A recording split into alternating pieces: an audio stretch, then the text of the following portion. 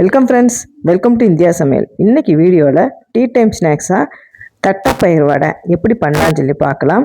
தட்டைப்பயிர்னா நம்ம ஊரில் காராமணின்னு சொல்லுவாங்க. நம்ம சேனலில் போடுற வீடியோ உங்களுக்கு பிடிச்சிருச்சுன்னா சப்ஸ்கிரைப் பண்ணி வச்சுக்கோங்க. வாங்க வீடியோக்குள்ளே போகலாம். இதாங்க காராமணி. இதை நான் நைட்டே 1 கப் அளவுக்கு ஊற வச்சு எடுத்து வச்சுருக்கேன்.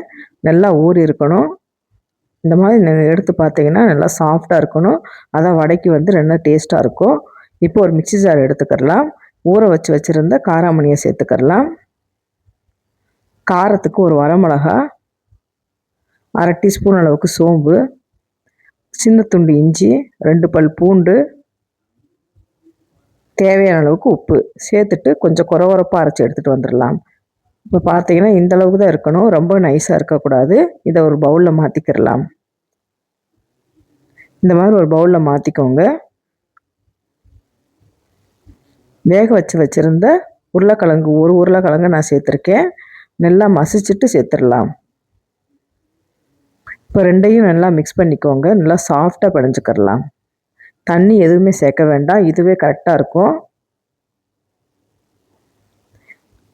1 டீஸ்பூன் அளவுக்கு அரிசி மாவு சேர்த்துடலாம். மீடியம் சைஸ் வெங்காயம், 1 வெங்காயம் பொடியாக கட் பண்ணி சேர்த்துடலாம். கொஞ்சமாக கொத்தமல்லி இலையும் கருவேப்பிலையும் சின்ன சின்ன பீஸாக கட் பண்ணிவிட்டு சேர்த்துடலாம். 1/2 டீஸ்பூன் அளவுக்கு பெருங்காயத்தூள் சேர்த்துடலாம். ஆல்ரெடி நம்ம உப்பு சேர்த்துட்டோம். இப்போ நல்லா கலந்து விட்டுக்கிடலாம்.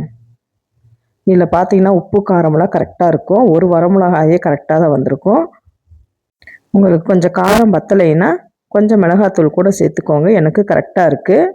இந்த மாதிரி கொஞ்சமாக எடுத்து குட்டி குட்டி வடையாவு நம்ம தட்டி போட்டுடலாம். இந்த மாதிரி நல்லா தட்டிக்கோங்க. தட்டிட்டு எண்ணெய் சூடானதுக்கப்புறமா நம்ம போட்டுடலாம். இப்போ ஆயில் நல்லா சூடாக இருக்குது. சூடான ஆயிலில் ஒவ்வொன்றா போட்டு பொரிச்சு எடுத்துடலாம். நீங்கள் இந்த மாதிரி சின்ன சின்ன வடையாக போட்டு எடுத்துக்கோங்க. அதான் டேஸ்ட்டாகவும் இருக்கும்.